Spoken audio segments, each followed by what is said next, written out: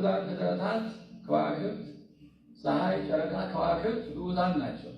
አይናገሩ አይናገሩ፣ ለሰው አገልግሎት የተፈጠሩ ናቸው። ነገር ግን ፈጣሪያቸው ሲሰቀል የአቅማቸውን ተቃውሞ አደረጉ። ፀሐይ ብርሃኗን ከለከለች፣ ጨረቃም ደም ሆነች፣ ከዋክብትም ረገፉ። በምድር ላይ ደግሞ ምድር ተንቀጠቀጠ፣ መቃብራት ተከፈቱ፣ ሙታን ተነሱ። መጽሐፉ ሲነበብ ሰምታችኋል። የቤተ መቅደስ መጋረጃ ደግሞ ለሁለት ተከፈለ። ያው ሁሉ ተቃውሞ ነው። ያው ሁሉ እነዚህ ሁሉ የሚያደርጉት ግዑዛን ፍጥረታት ናቸው። አይናገሩ አይጋገሩ ናቸው። ለሰው አገልግሎት የተሰሩ ናቸው።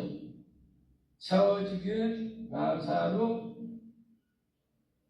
በአርአያው የፈጠረው ሰው ባለ አእምሮ ያ ሁሉ ባለ እውቀት የሚጎዳውንና እና የሚጠቅመውን ለይቶ የሚያውቅ እንዲያውቅ ያደረገው ፍጡር ፈጣሪው ሰቀለ።